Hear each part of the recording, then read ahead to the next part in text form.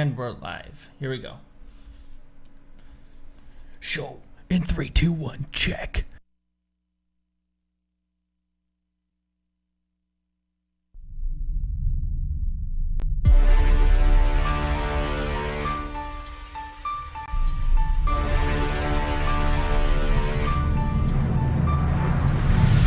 From the Time Spent Poorly podcast studio in the Lewiston-Clarkson Valley in Idaho, you're listening to the Rosewater Kinetics Fitness Hour with weekly discussions on nutrition. Mainly consist on stuff like sandwiches and tins of tuna, chicken, something like that, cheese pratas from a chain store. Training. Just like a bunch of little girls. Again. Also including phone interviews. Hello, everyone. I'm from your telephone company. Poignant conversation. And international liaisons. Oh my. And here are your hosts, Mike and Nathan. Here we be. Here. How is everybody doing out there? Welcome to the Rosewater Kinetics Fitness Hour. Thank you for joining us on the show this week. I am very sorry right off the bat that we have been absent for 2 weeks. Mike hurt himself, and it's been kind of hard coordinating times when he can't really drive himself on a nearly worse than a broken foot. He tore some ligaments, which takes a lot longer, is a lot more painful. I've found that it's very, very difficult to do just about anything with your leg up in the air. So welcome, everybody. Thank you. But I'm getting better. I'm here. Thank you for being patient with us while we have had injuries. I'm Nathan. This is Mike. And we are the Rosewater Kinetics Fitness crew, and we want to talk to you a little bit about injuries today. Good reasons to be careful. Mike hurt himself. I went and winged my shoulder, and I haven't been able to work out for 2 weeks, and I can already tell that I need to watch what I eat while I'm not swinging those clubs because I'm starting to pack some pounds back on. Lisa hurt her back. Oh, no. Yeah. Our friend Wendy broke her foot just by stepping on it wrong. Well, you know, that just knocks the dickens right out of the whole workout really routine, does. man. It really you got a bunch does. of wounded people. Yeah. Between everybody that we know, almost every portion of the body's injured. Back, all in the legs, month of arms. September. Yeah, all the men. Boom, boom, boom, boom, boom. In days of each other, it seemed. Yeah, it was weird. Ow, ooh, ow. So, yeah, I've got something going on in my left shoulder. Pretty much everything Paulie Mata told us to do and be careful of, I immediately went out and forgot it all and just went, oh, good. That feels awesome. Well, for those of you who don't know, I wish I had a more glorious story to tell. It's a good one. It was just stupidity on my part. I walked 18 years in the same house. Yeah. Walked off his front porch. 1,000 times if I've done it once. Yeah. And I walked outside and it looked like it was going to rain, you know. So I'm thinking, wow, I better cover my bike. So I grabbed up my bike cover and, you know, of course it didn't have it rolled up and put away and everything. It was just in a bundle. Sure. So I have it like this. Holding it out in front of you. Yeah, you can't see your feet. Yeah. And I walked right, suddenly the ground was gone. And I was airborne. Oh, my gosh. And I couldn't see, you know, to try to correct my situation. It was just wait for impact and brace for it, things bro. Twisted. And Did you step completely off the front of it, or did you stumble down the front? I got off the first step, and I think what happened was the second step, just a portion of my heel caught the corner of it, which set the whole facade in. So you tumbled down it. Well, my legs bent and went down, and then I went forward and landed kind of on my side the ground with a thud, you know, which kind of removed all the air from my lungs. Sure. Honestly, I thought I broke both of my damn ankles. Oh, man. And so I'm laying in my front. People, when you're driving down, I know you're going to work. I know you wouldn't be driving if you weren't on a mission. But however, some things in life are important. If we're going to help, if we're going to be our brother's keeper, we need to pay attention to things like this. When you see a man laying in his front yard, hollering, bellowing, 6:30 in the morning, moaning and holding parts of his body, don't smile at him and drive by. Well, looks like he's having a good start to his morning, sucker. Pull over and ask why he chose to lay in his front lawn and groan. He may be in need of assistance. Sure, he might need help. I was. Yeah. I had to crawl. Did you do you have to That's right. Thanks for my time in the Marine Corps. I knew how to do that. Arm over arm it back into your own up house. the stairs. Oh my God, dude! You know, dogs barking at me because they're hearing this sound that they've never commotion, heard before going on out there, and of course they're trying to help. And you crawl into the house, and the first thing that engages you is 3 tongues in your face, right in your mouth. You're like, and you're going, no, get away from me, stop. That doesn't stop. Right. them. Yeah. They're going to go through the full cycle of greeting as if you've just come back from some long vacation or something. Of course.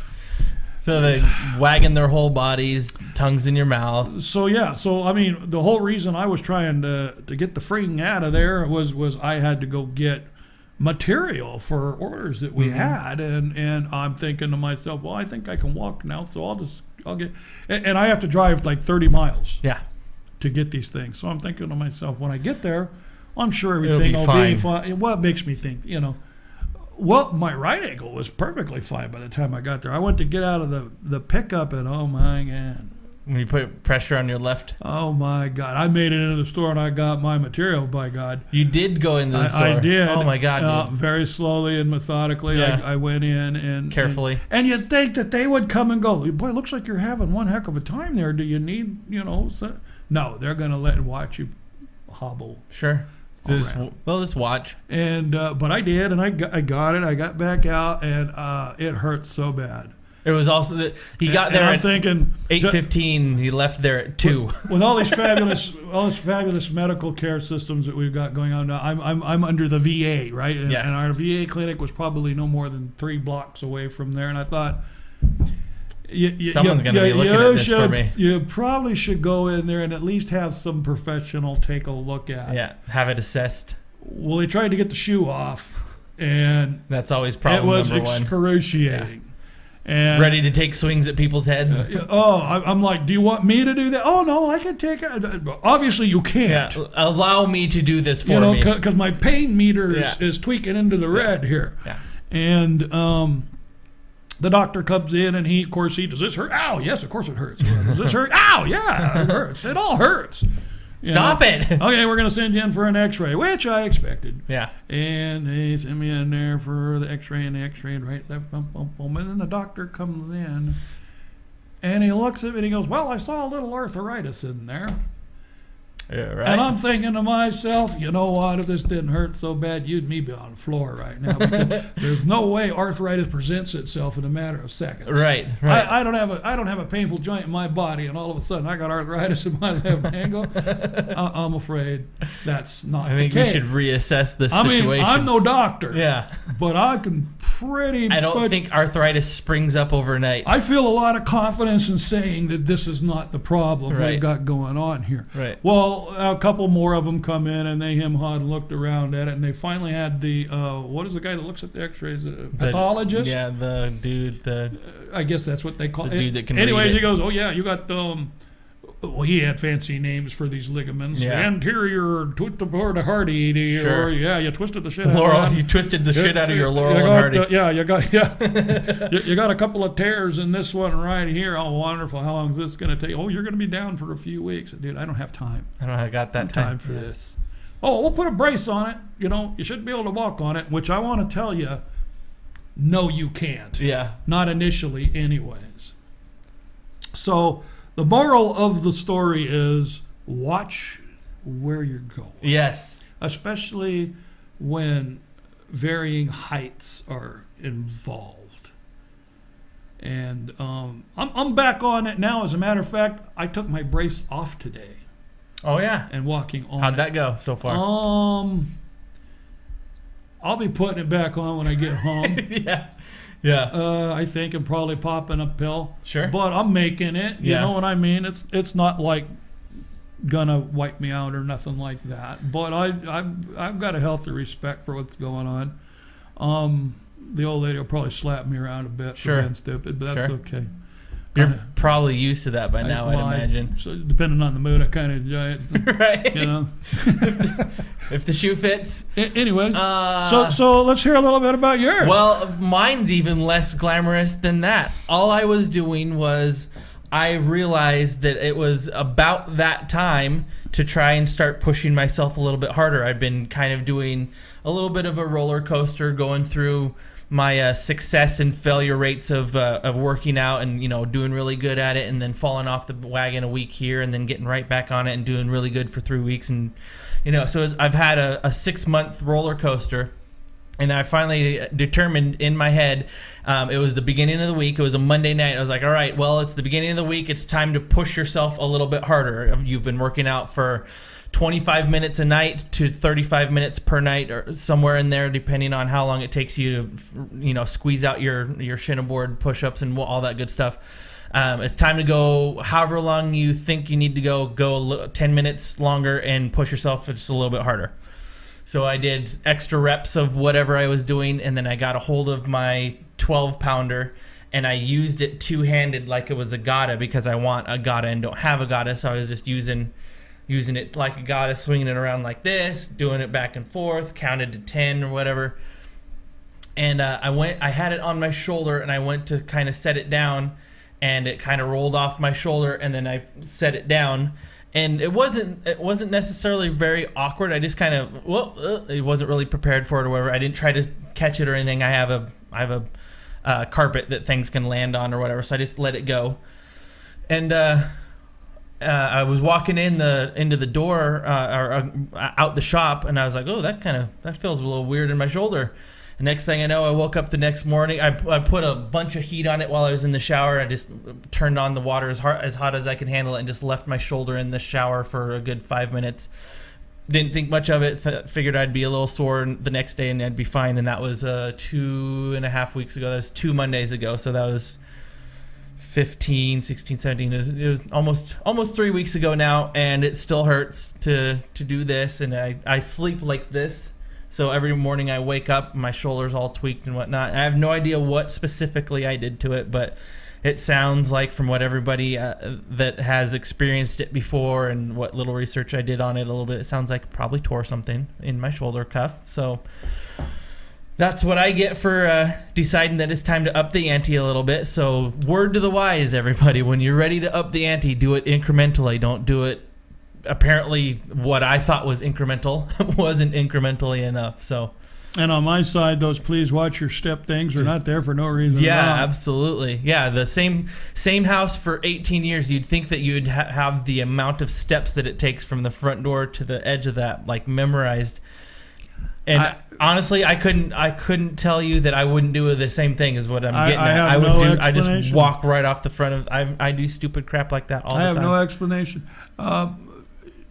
You know how they say when things like this happen to you, that things go into slow motion. It happened then. Was it? Oh yeah, because it was like, oh dude, you just lost it. Yeah. You're screwed. Yeah, you're on damage control as of right now. Yeah. And I can't see to control the damage. I have to. Fetal position. I have to. Yeah. I mean, well, that's and going off of the stairs, you can't even tuck and roll. Right. Because it's like cannonball. Yeah. So, yeah. I could go on and on. Bottom line, it occurred, and I had so much to do. There was schedules to meet and things to do, and I'm going, I can't, And the old lady looks at me and goes, "You don't have an option." Yeah, this is now your new option. Yeah, because if you try, you're going to make it worse, and it's going to be even longer. And I'm going, man, I get people dependent on what I need to do. Yeah. She says, well, not now. I don't know of any other way to tell you this, but you ain't doing it. Yeah. That's all on hold. And I did. You know what? After about a week, I got out and I hobbled out there and I stood on it and I started working. And the first day I made it about 3 hours before it was like, oh my God, I gotta go sit down. Yeah. And then the next day it was about 4 hours. Yeah. You know what I mean? And then the day after that, it was a no-go. Yeah. Because I got up. You pushed too hard. hard. It was like, man, I can't hardly walk on it. Mm-hmm. And then the day after that, I went out and it was about another 4 hours. You know what I mean? And now I'm up to full speed again. Yeah.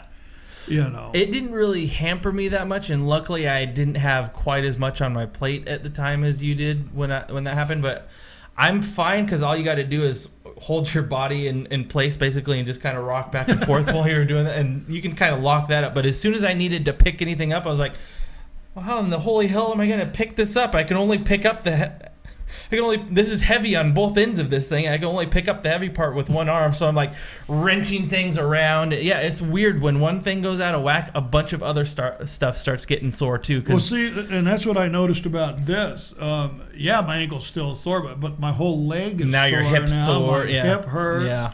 Because you're all overcompensating. You're all out of balance and stuff, and everything else is trying to keep up with it. And, it don't work that way. Yeah, so be very careful, folks. So today we're talking about the ramifications of doing things incorrectly, stupid things, and causing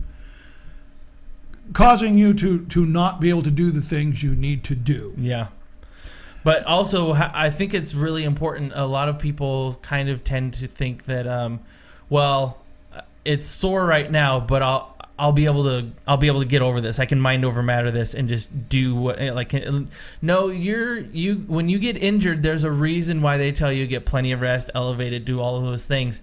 You need to follow prescribed things, or else you're going to either damage it worse or make it a permanent injury, or there's a whole myriad of things that you can be doing to yourself that are making the whole situation worse, where you can just take the couple 2, 3, 4 weeks and baby it and get back to what you need to be doing. Well, I mean, and there are times too, and I've done this, like doing the alternating with 10-pound meals and stuff, and going, okay, I'm going to do 20 and doing 20 and thinking, man, I still got more in me. I bet I can push it to 30. Yeah. And do it, and then put them down, and now you ache for the next 4 days. Now I've done something I regret. And it's like going, why didn't you just make it to 20 for a week? Yeah, and then do push 21. It. Yeah, and then do 22. I think that's the key that's what I screwed up. That's where I screwed up for sure. As a species, and we do, and if you think about it, it's true. We constantly test ourselves because we need to know what we're capable of. So we do this stuff, but we don't take into consideration the consequences, long-term consequences of. And it's like I'm making all these gains, man, and I'm doing good. My diet's going great and stuff like this. I'll bet I could do boom. And now you know what? Yeah. Now you're not working out for 2.5, 3 weeks. Yeah. And all those gains. Yeah. I was looking at it myself in the mirror. I was like, everything that I had achieved up until that injury that night. Everything, like, I might as well have not been doing anything. I'm pretty much not back to square one, but I'm like square 1.5. It knocked me back a ways. You know what? That's discouraging. What I've found to be true with myself, anyways, is it'll come naturally. It will feel good to you when you're ready to do it, rather than forcing yourself to push the envelope. Yeah. Because if you're forcing yourself to push the envelope to reach a certain point, you're going to have to force yourself to do that again. Yeah. I'm not saying don't progress. Right. There's a difference between. That's not what I'm suggesting at all. Reckless. Yeah. I'm saying don't get crazy with recklessly. I think doing things recklessly, I think, is the difference. Pushing yourself within boundaries. Okay, so last week I finished off my week by being able to do X amount of things and for X amount of time frame. So instead of trying to go for an extra 10 minutes and doubling whatever you've been doing or whatever, just get 5 more than you were doing, or go 5 minutes long. Do it in babyier steps. Because I honestly thought going for 10 minutes longer and doing 20 reps instead of 10 or whatever I was doing, 30 instead of 15 or whatever. I honestly thought that was a baby step. That obviously is not the case. Baby steps is doing just a little bit more until you're comfortable with it, not just pushing to the point where you're like, I think I'm hurt. Well, there's other things to consider too. The reason, and once again, I'm speaking to myself. The reason I do this is because I want to feel good and I want to do things. I want to remain active. I want to have fun and not be miserable. Well, if I'm pushing the envelope like that, what good is it to spend the evening stretched out on the couch going, Yeah. That's counterproductive to me for the reasons that I'm not going to go compete. Right. You know what I mean? Yeah. I compete with myself every day. I compete with life every day, and I try to win that. but I'm not going to let life make me beat myself. Sure. I Which is essentially what we both. Well, I did more than you did. you try To be productive and try to have a good day every day, and you don't get that day back. Right. So don't blow it off. Yeah. Don't blow it off by trying to Overdo it. Yeah. Yeah. Because ultimately, you don't have to prove anything to anybody other than yourself. Yeah. Well, and I don't know what there's some sort of mechanism. And it's got to be in me. If it's in me, I recognize it in me. It's got to be in other competitive people. But it's that thought of, well, if I don't start pushing myself, when will I start pushing myself? And then you do start pushing yourself, and you see those little gains, and you feel those little victories. You're like, yeah, I'm the man. Oh, man, maybe I'm not the man anymore. And so. Well, too, when you're seeing those gains and stuff, that doesn't mean that if 4 got me there, then I need to do 6 because it'll get me more. No, it means stay there for a while. You want to do that 4 again until that becomes easy to you. Mm-hmm. Then kick it up a little bit. Yeah. Don't go, ooh. Well, and I think a lot of people also tend to think that if you don't eventually start really digging deep or going home or leaving it all on the floor, and these are all great metaphors for, going out and competing well and maybe even winning a trophy or whatever. But just because you went out and you go home and you feel like you've not worked out to your full potential or whatever, first off, at least you worked out. And second off, maybe try to push yourself a little bit harder tomorrow, but don't feel like if you didn't leave it all on the floor and get a new bruise and ripping off an old callus or one of those things doesn't mean that you didn't do yourself some good, because at least you got off your ass and at least you started getting some blood pumping through your veins, and you've done something good for yourself. So I think people tend to think that if they didn't leave it all on the floor, so to speak, that they just didn't work out at all. That's not the case. I can tell you right now. Now wait a minute though. If you're a person who competes and this is what you do day in, day out, and you're fit, I can understand that. Yeah. Because you're really not going to harm yourself because you're up for. I'm not saying you can't. Sure. I'm just saying you probably all are completely aware of your abilities, and probably have already reached probably about 98% of your potential, and you're struggling for 99. Now that's just a little bit. Yeah. I'm talking about the guy that's at 35% that's struggling for 75. Yeah. You know what I mean? And trying to make it all at once. Yeah, that's kind of what I feel like I might have done. I was operating at maybe 50%, and I was like, yeah, I'm going to get that 95 today. I'm going to get it in there, and I'm going to tear my... Dang it, I tore myself up. So there's that to consider. So the ultimate point is always challenge yourself. Yeah. But be careful while you do it. Weigh the price. Yeah. Are you going to hurt yourself? Who knows? Maybe not. Mm-hmm. But are you willing to take that risk? Are you willing to spend the next 4 hours in the emergency room? Yeah, and the next 4 weeks. Listening to the guy next to you pass a kidney stone. You know what I mean? Yeah. While these guys are trying to figure out just which ligament you yanked, and spend the next 2-3 weeks, whatever. Yeah, hobbled. Wishing. I mean, pain aside, just wishing you could be out doing the things you like to do. Yeah, or the things that are on your docket. And the pain is definitely a factor. I'm here to tell you. Yeah, the pain is definitely a factor. Yep. I'm gonna be a lot more careful going down them stairs. I bet you will. You know, I'm even considering building a rail. That's a good idea. You know what else I'm gonna do is I'm going to get myself back up to speed, and I probably won't be pushing myself quite as hard.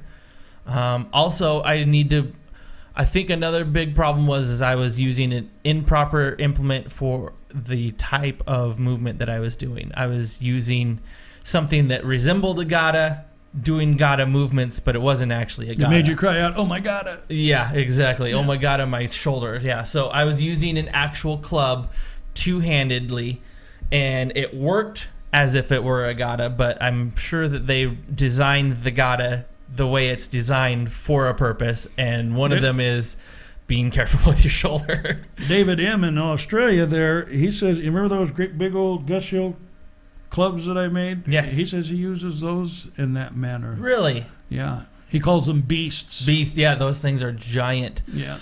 Well, and honestly, maybe I was holding it wrong. Maybe I got myself just wrong, and I got the cuff just so. And as I brought it around, it just went slice. So, who knows? I might have been doing it properly and then just moved in properly, and who knows? But, you know what? I once tore a muscle in my back picking up an empty bucket.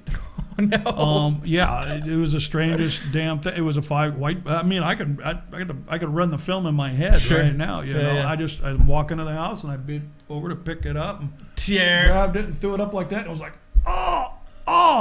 And my kids are looking at me and I'm going, go get your mother. And shit, I'm hanging on to the tree branch out there. Go get your mother. She goes, what'd you do? I said, I don't know, man, but I can't move it. She says, well, she goes through the line of where's it hurt, bum, bum, bum. Down to the emergency room we go, man. X-rays, MRIs, all that kind of stuff. They go, yeah, you split this muscle right here. Oh, God. And I'm going, well, what are we going to do? They're going, there's really nothing we can do other than you got to go. You ain't doing nothing for 3 weeks, man. You ain't working. You ain't doing nothing. And they put, I don't know what they gave me. They put something in my veins. They gave me 2 shots in my back and this big old horse pill. Yeah. I said, so we done here? And they're going, you're not going anywhere. And I go, what do you mean? He goes, you're going to sit here for at least 40 minutes so we can observe you. We got to watch what's going to happen. They're going, do you know what we just gave you for the pain? Well, of course I don't know.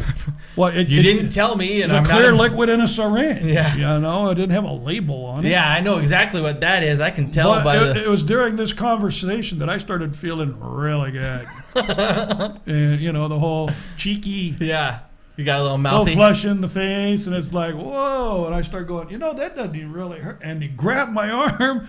Don't do that. I don't even hurt no more. It's gonna tomorrow when that's tore wide open. And he looks at my wife, and he goes, he's going, should I brace it to his side or something? She goes, no, I'll make sure he's careful with it. And the next day.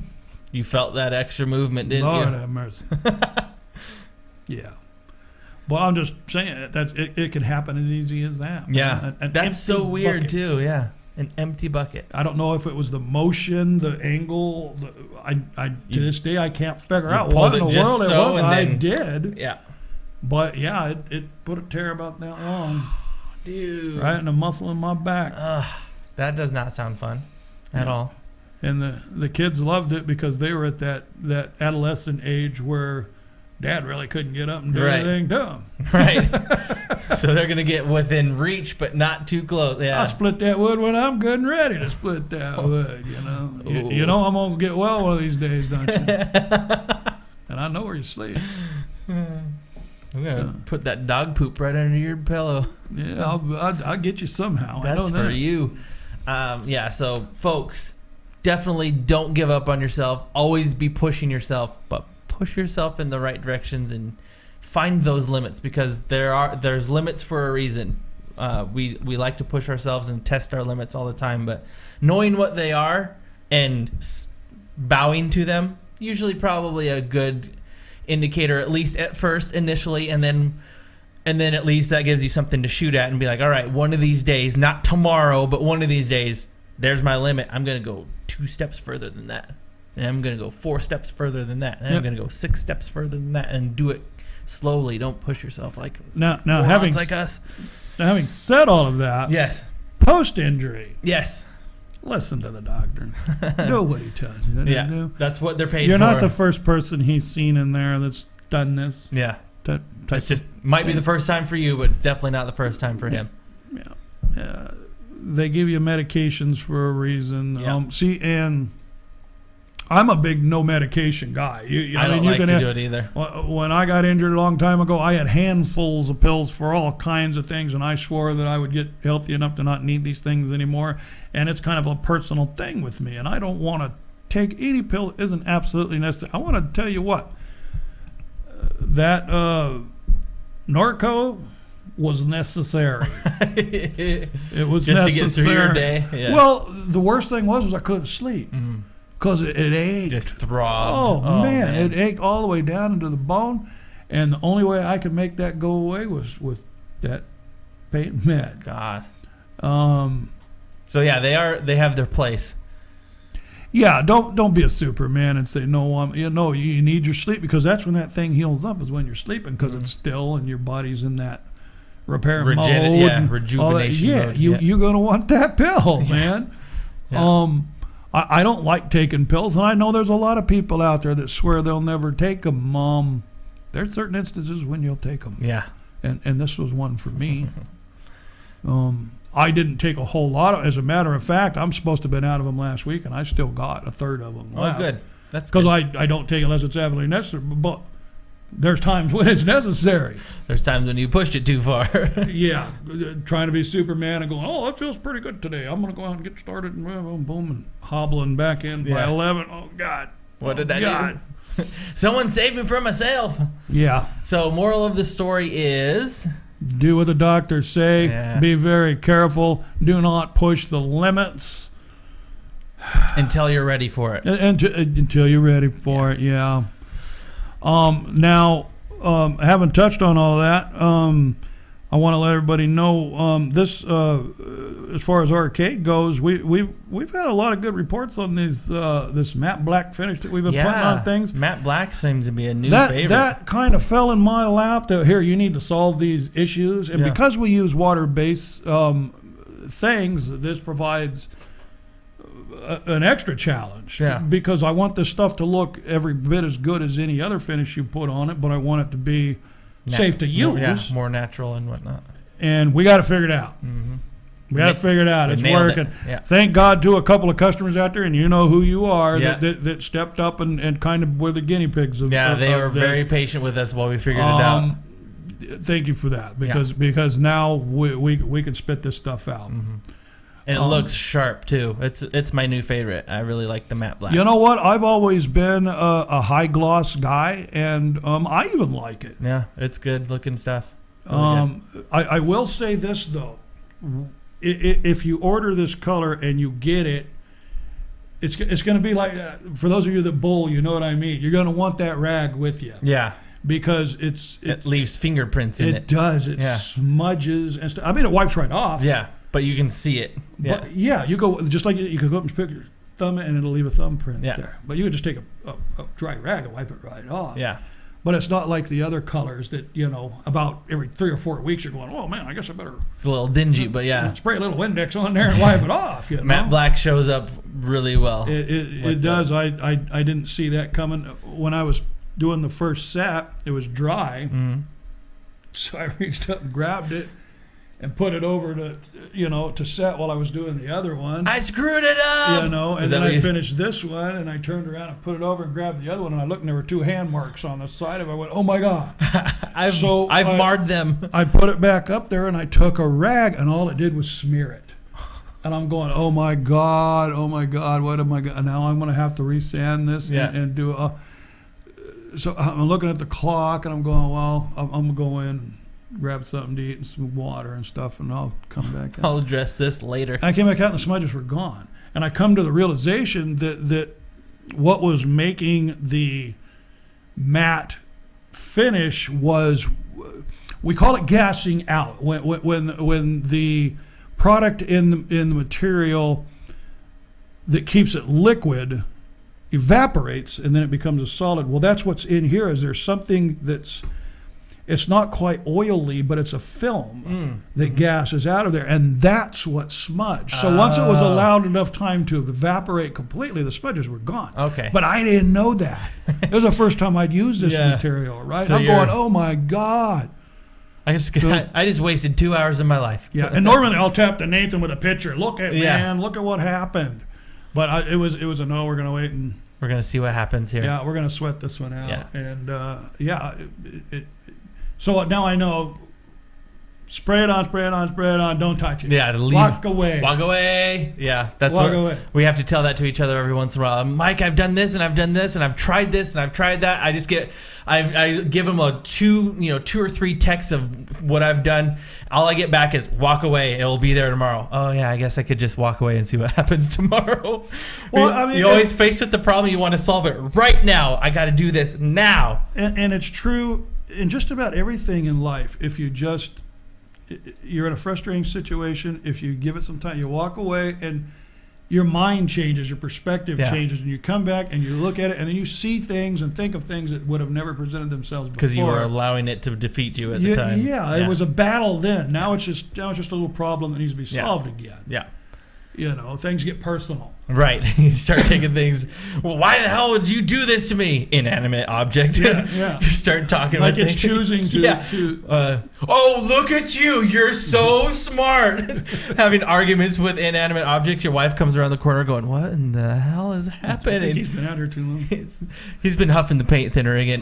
So another thing that we probably should mention, we are in the midst of trying to find enough product or enough stock to go around for everybody. Well, here's the deal, and we've said it before. We're not going to use substandard stuff. We're not. No. There's no sense. I'm not putting my name on it. I know Nate won't put his name on it. I'm not going to send it out to you where you're going to go, wow, I was expecting this and I got this. Well, no, we're not going to do that. And the problem with that is it becomes difficult to find. Yeah. And we spent some time today, and we're going to be spending a lot more time Came up with trying all to that ends solve today. this issue. Now, we do have solutions, but They're not going to be presented. they're not instant quickly. solutions. They're going to be long-term solutions, like $20,000 and $30,000 investment solutions. There's a customer out there right now that wants large walnut clubs, and I am trying desperately to. I actually think I found the walnut, but this was the guy. I don't know what's the matter with him. He's got all this high-grade wood laying in the dirt out in his yard, and he won't sell it. He wants $675 a board foot. Well, it's ridiculously. We talked to the guy at the mill today, remember? And I said the guy up there, and he just smiles. says, "Oh, you mean such and so? You've had interaction with this gentleman. I see. Good. I don't know what to do. You can't hold him at gunpoint or something. Yeah. But I'm just saying, bear with us. These things will all be worked out. It's going to take us some time. Bear to do. Yeah. We've had the luxury of having some good resources that had this stuff that was on hand, ready to go. We've used it. Yeah, we've kind of used it all up. We've mostly. used it. We've marketed it, and it's not all gone, but the big stuff's gone. The array of choice that was there before is dwindling, and that's what we're trying to solve. Yeah. We want to bring you whatever it is that you want. We want to be able to present options to you that you may have never considered. And that's what we're working on. And we're looking at buying a mill. Yeah, that's basically the bottom line. We're trying to figure out how we can do this. Yep. That's what it's going to take is so buying ourselves a mill and we cut making and our own stuff. Yeah, so making our own stockwood basically instead of relying on someone else. This guy up there that I was telling you about, he's got 2 bowls of a tulip tree sitting there. Just sitting there in the weather. Getting weathered year after year. And I'm looking at him like, my God, man. You're ruining $10,000 worth of wood. Did you fall into the rabbit hole for a while or something? Yeah. And his kids I say his kids, but they're men. Yeah. Are looking at him and they're dragging him off to the side and stuff because I'm offering him a fair price for this stuff. They're basically be like, "Are you an idiot? What's the matter with you can see the body like, Dad, what are you doing, Yeah. man? This guy's offering you $1,000 for this stuff, right? I can't give it away for nothing, man. You know what? All right. You're not gonna get nothing because no one's gonna come knocking. 75% of this stuff you left out in the weather and it's all cracked and checked up. No one's coming knocking for that. No, they don't want it. Nope. Now 5 years ago. Maybe. You might have made $1,000 off of that log. Mm-hmm. Not anymore. Not anymore. So yeah, we're gonna be doing our due diligence to get you guys the products that you want, but we're running into some issues. So bear with us is all. It's not that we can't satisfy orders. It's that they'll take a little longer. It's slowing us down, man. It's really bogging us up, and we're trying to correct that. We literally just spent we went to lunch at noon. And we just got here at 3. So we just spent 3 hours trying to tackle 2 issues that are plaguing us right now. And shipping and production.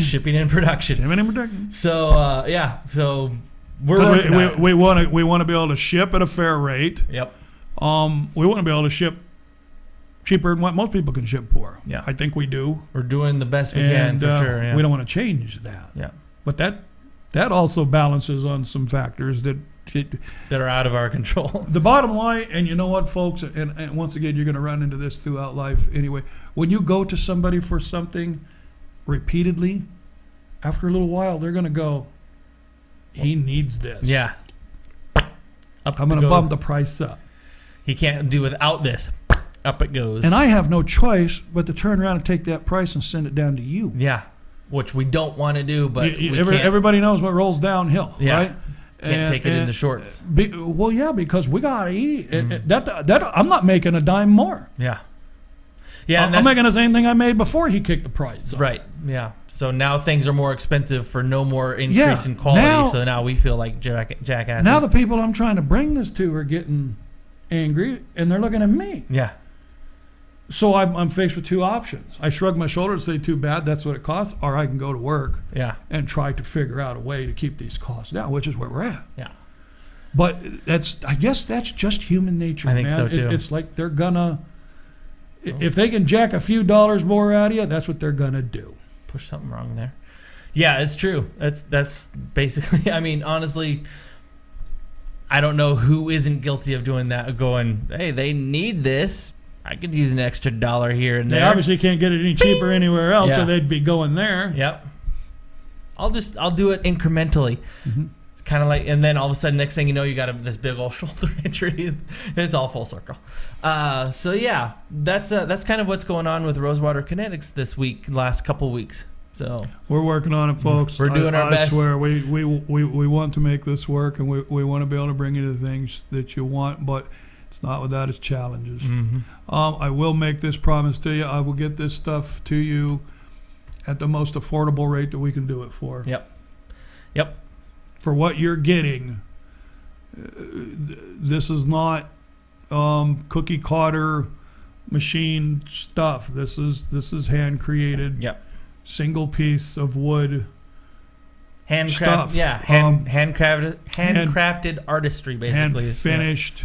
Hand striped. Yeah. It's all done with ease. And this, which is scary. There's not many places you can find that these days. Yeah, and eventually we're gonna. And if you do find it, you're gonna pay through the nose. Yeah. Eventually, we are gonna cross a threshold where some of our more affordable stuff will be machine made, because we cannot produce something that's hand quality at a high volume. You just can't. It's either handcrafted or high volume, not because both. What we're looking at doing is we want to make gym sets. Yeah, we want to make stuff for we want to gym make that would come with the rack, and you know what I mean, 15 pounds on down. Sure. That you folks that are running the CrossFits, the Gold Gyms, the mom and the pop gyms that are rolling around, can go, hey, for this price, I can set this corner up for you with clubs and gatas, and you can have and it's a great thing because you don't got to plug it in. Yeah, doesn't take any electricity. Yep, just takes electricity to make it. You can teach classes there, make a few bucks. That pay for it with that. You know. But what we would like to do is to be able to produce these so at a reasonable rate you can get your gym up with a full display of clubs. But we're not going to be able to do those one at a time by hand. No, that's not going to be able to work. We will design them. We will design them, and they will be at whatever fashion style you like. They'll be fashioned after a handcrafted object. They'll just be reproduced by a machine. And but the original one that it's duplicating will be one that we crafted out from our own hands. Oh, absolutely. Yeah. And what we'll do is we'll find out the same thing. We'll find out from you what it is you want. Yeah. And we'll make it to suit and give you the package deal on it. That way, when people come into your gym, you don't have to worry about having them bring their own stuff, or point being is you'll have that unit set up there in your gym, and they'll be able to go to that circuit and do, or that portion of the circuit, and do the fitness train or do the club fitness training and whatnot. Mm-hmm. And they go really, really well. They mix really well in with this whole alternative workout thing that's going on right now. Yeah, I think they fit in beautifully with alternative working out, because that's basically what it is. It's an alternative style of working out. It's not your traditional static. Well, where it fits in iron. good is just the discussion we just finished. Is the prehab? You know what? Because really, what gets injured? Connective tissues. That's what's sore joints, on me. Yep, that's what's sore on you. That's where the injuries occur, and these are what you use as a prehab for that. Especially if you're doing this linear lifting and stuff like that, you should probably do something to engage your connective tissues and joints and strengthen those up as well before you go pounding the iron. Agreed. Yeah, agreed. Anything else you want to talk about this week? I think we nailed down some things that we wanted to talk about. And no. Yeah, I think that's everything I had. I know I'd like a glass of water. I think, my mouth tastes like the Sahara Desert right now, so I don't know if it tastes like it, but it feels like it. I was going to say, I wonder what that tastes like. A lot like oil, I would guess. Yeah, possibly. Maybe a lot of dust and dirt. So, yeah, thank you guys for tuning in and listening to us doing a little bit of what I like to call a little BM session, a little bitching and moaning session about the ramifications of hurting oneself. Mike was a complete accident. Mine was completely all 100% my fault. So. Yeah, I wish I could have come up with a story about flames and explosions and all this kind of stuff. I wish I had a better story than I was stupid and just didn't stop when I should have. I'm afraid it was just a stupid act on my part. So thank you. You can find us at timespentpoorly.com. You can go to youtube.com/timespentpoorly. You can find us on Facebook. Rosewater Kinetics and Time Spent Poorly both have Facebooks. We're on Twitter. He's at RK Clubs. I'm at Nathan L. Betts. You can find us there.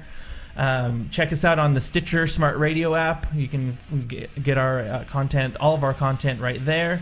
We can take your email if you want questions, rkfitnesshour@gmail.com. I dare you. Yeah, contact us there. And if you want to order yourself a set of clubs, rosewaterfurniture@hotmail.com is where you'll get it to us the quickest.